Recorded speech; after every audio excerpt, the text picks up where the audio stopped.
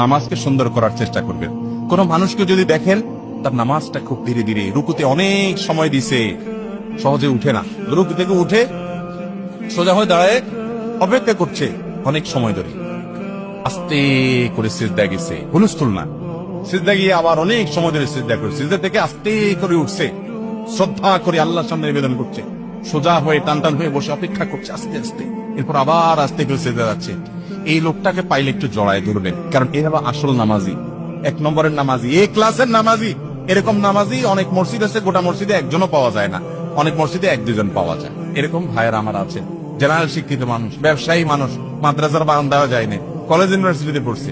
আমি নামাজের দিকে তাকাই দেখি, আরে আমিও তো এত সুন্দর করে নামাজ পড়ি না, আমি অনুপ্রাণিত হয়েছি, মাশাআল্লাহ, তাহলে আরো সুন্দর করে আরো আস্তে আস্তে নামাজ পড়বো। যে তার 2 রাকাত নামাজে 10 মিনিট টাইম লাগা, দুনিয়ার মিটিং সিটিং ব্যবসা বাণিজ্য সব বললে যাক, নামাজে কোনো ছাড় নেই, কোনো তাড়াহুড়া নেই, কোনো হুলস্থুল নেই।